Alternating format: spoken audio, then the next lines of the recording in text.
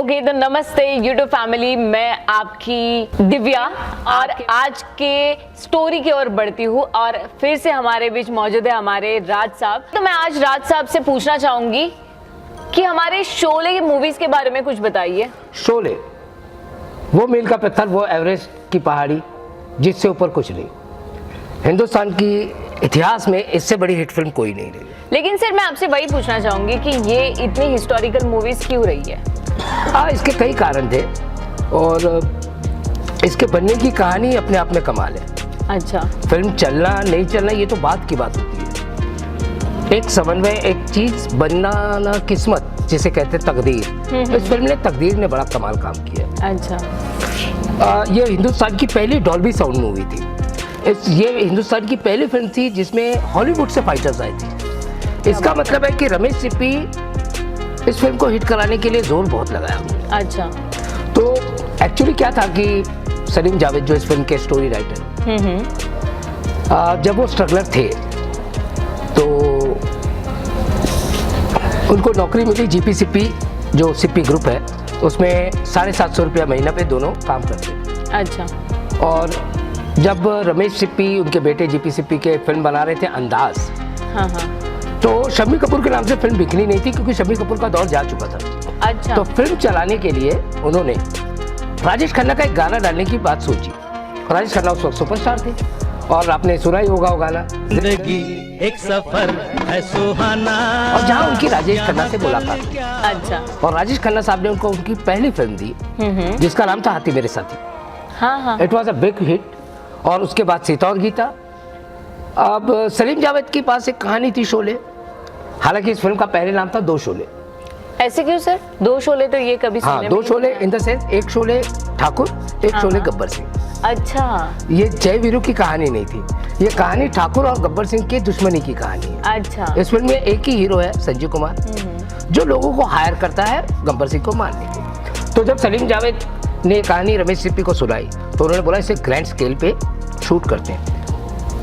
तो इसका star cast, क्योंकि सीता और गीता में पहले से ही संजीव कुमार और धर्म जी थे, तो धर्मेंद्र हेमा मालिनी वीरू के रोल में, हाँ, और जय के रोल में संजीव कुमार जी को साइन कर लिया गया। लेकिन जब इसका नरेशन चल रहा था तो संजीव कुमार जी अड़ गए कि या तो मैं ठाकुर करूंगा या गब्बर करूंगा, क्योंकि इससे अच्छे रोल फिल्म में है ही नहीं। तो अल्टीमेटली संजीव कुमार साहब ने ठाकुर का रोल किया। अब जय की जगह खाली। उस वक्त चुपके चुपके फिल्म की शूट चल रही थी, तो धर्म जी ने अमित जी से कह दिया। तो अमित जी ने कह दिया कि अगर जया जी भी आ जाती है, तो जया जी के साथ एक लव स्टोरी चल रही थी और यहाँ धर्म जी की हेमा मालिनी से लव स्टोरी चल रही थी। एक्चुअली शोले फिल्म दो लव स्टोरी अलग सी चल रही थी। दो लड़के इस फिल्म के दौरान अपनी शादी के जुगाड़ में भी लगे थे। अच्छा, तो शोले एक अजीब सी लव स्टोरी है। अमित जी जया जी को इम्प्रेस करने में लगे थे और धर्म जी हेमा मालिनी के चक्कर में कहीं से भी कूद जाते थे। तो इस तरह से अब इस फिल्म के लिए मेन विलन साइन हुए डैनी साहब, लेकिन फिल्म चूंकि लेट शुरू हुई और डैनी साहब ने धर्मात्मा साइन कर रखी थी, तो वो अफगानिस्तान चले गए, जगह खाली। बेखूबी सर बात ऐसी है कि इस मूवी में आर्टिस्ट ही नहीं, घोड़े भी बहुत फेमस हुए। बहुत धन्नो घोड़ी थी हाँ और बहुत जी, हिट हुई। इस फिल्म का छोटे से छोटा कलाकार जैसे मैकमोहन साहब, जो रवीना टंडन के मामा है, सगे मामा, जिनको सांभा के नाम से जाना जाता है, उनका पूरी फिल्म में एक डायलॉग था, पूरे 50,000, वो भी हिट हुआ। राइट, कालिया जो गोली खा के मर जाता बीजू खोटे साहब, वो भी हिट। तो इस फिल्म की हिट का तो कोई रेंज ही नहीं। तो ऐसा हुआ कि जब डैनी साहब ने फिल्म छोड़ दी तो जावेद अख्तर साहब ने एक लड़के को दिल्ली स्टेज पर एक्टिंग करते देखा था, जो जैन साहब का बेटा था। जैन साहब हिंदी फिल्मों के बेहतरीन विलन रहे।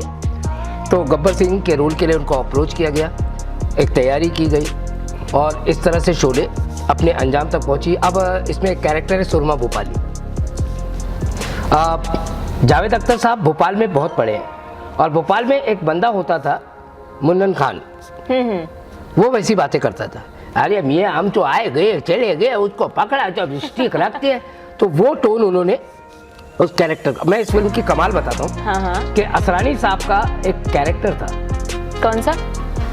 मैं अंग्रेजों के ज़माने का जेलर हूँ। हाँ हाँ हाँ, तो उनका जो टोन था, तो जब असरानी साहब इस फिल्म के लिए आए, वो टोन हो जाए एक बार। हाँ मैं बताता हूँ। उस टोन की बड़ी कहानी है। जब आप एक्टिंग इंस्टीट्यूट में जाते हैं तो आपको हिटलर की स्पीच सुनाई जाती है। हाँ, क्योंकि उनका जो टोन था, ये जो टोन है, तो जावेद अख्तर साहब को कहा गया था, जावेद अख्तर ने कहा कि मुझे ये टोन चाहिए। तो असरानी साहब ने वो टोन, यार अंग्रेजों के जमाने के जेलर है, हाँ आधे लोग इधर जाएंगे आधे लोग उधर जाएंगे, तो ये हिटलर की टोन थी। और ये हिटलर की टोन जो असरानी साहब ने की और इतिहास बन गया, वो कैरेक्टर उनके साथ जिया गया। इस फिल्म का जब प्रीमियर हुआ तो मैकमोहन साहब रोने लगे थे। उन्होंने कहा कि मैंने 2 साल शूटिंग की है और फिल्म में मेरा एक डायलॉग है, पूरे 50,000। अच्छा। और रमेश सिप्पी ने उनका हाथ में लेकर, और ये बात मैं इसलिए कह सकता हूँ क्योंकि ये इंटरव्यू मैंने खुद मैकमोहन साहब का लिया हुआ है।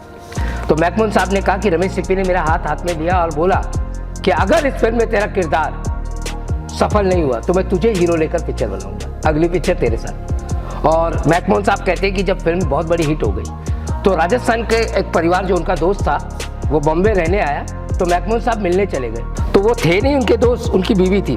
तो उन्होंने जैसे ही मैकमोहन साहब ने दरवाजा खटखटाया, उनकी बीवी ने दरवाजा खोला, बोला डाकू आ गए, डाकू आगे चिल्लाए और पब्लिक ने घेर के मैकमोहन को मारा। मैकमोहन 2 महीना हॉस्पिटल थे, अरे बाप रे, कि सांबा आया लूटने के लिए। Oh God। और मैकमोहन साहब कहते हैं कि ये एक जीत है एक एक्टर की कि आपको उस किरदार के रूप में जाना जाए। क्या ये सच है या फिर बनी बनाई कहानी है? देखिए, बनी बनाई कहानियां तब बनती है जब उसके साथ सच का पुरावा ना हो। और मैंने थोड़ी देर पहले कहा है कि मैंने खुद मैकमोहन साहब का इंटरव्यू किया है इस बात को लेकर। अच्छा, तो इसकी वजह से आपको ये सब, हाँ, जानकारियाँ एक्चुअली क्या है इस फिल्म के जो अगर शोले की बात करेंगे, हाँ। तो शोले और मुगले आजम फिल्म में मेरी जानकारी के लिए मैं आज पहली बार दुनिया के सामने बता रहा हूँ कि उस जमाने में एक स्पॉट बॉय हुआ करते थे, चार्ली साहब। मैं उनका चेला हुआ करता था। चार्ली साहब कौन? एक स्पॉट बॉय होते थे जिन्होंने मदर इंडिया, मुगले आजम, यहाँ तक कि शोले में भी स्पॉट बॉय थे। और स्पॉट बॉय से ज़्यादा किस्से किसी के पास नहीं। मेरे पास ऐसे भी किस्से जो मैं ऑन कैमरा सुना नहीं सकता, वरना बहुत सारे एक्टर मुझे पीटेंगे, तो मैं पिटना नहीं चाहता। जितनी जानकारी है उतने में मजा लेते। अब बात आती है शोले की कि शोले ने पैसे कितने का। मैं आपको बता दूं, जब ये फिल्म जावेद और सलीम जावेद को पागल भी करार दे चुकी थी। हाँ। इसका कारण बताता हूँ। जब ये फिल्म आई तो ये फिल्म नहीं चली। पहले 3 दिन, 4 दिन, 5 दिन, 1 हफ्ता ऑडियंस ही नहीं आई, क्योंकि 15 अगस्त सन 1975, 49 साल पहले आई इस फिल्म के उसी दिन एक और फिल्म रिलीज हुई थी जिसका नाम था जय संतोषी मां। अच्छा। वो उससे बड़ी हिट थी शोले से। हाँ। लेकिन अब सलीम जावेद को लगा कि फिल्म तो गई, तो उन्होंने अखबार में बाकायदा पैसा देकर एक आर्टिकल छपवाया कि ये फिल्म अपनी हर टेरिटरी में 1 करोड़ का बिजनेस करेगी। और तब कोई फिल्म ओवरऑल 1 करोड़ रुपया नहीं कमाया था। और सलीम जावेद झूठे साबित हुए, क्योंकि इस फिल्म ने हर टेरिटरी में 5 करोड़ रुपए कमाए। क्या बात है। और इस फिल्म ने उस जमाने में 34 करोड़ और ओवरसीज में करके 54 करोड़, अगर उसका आज के वक्त में मूल्यांकन किया जाए तो 4000 करोड़ रुपया, यानी बाहुबली का डबल पैसा कमाने वाली ये फिल्म थी। और मैं बता दूं, इस फिल्म के नाम पे 3 वर्ल्ड रिकॉर्ड।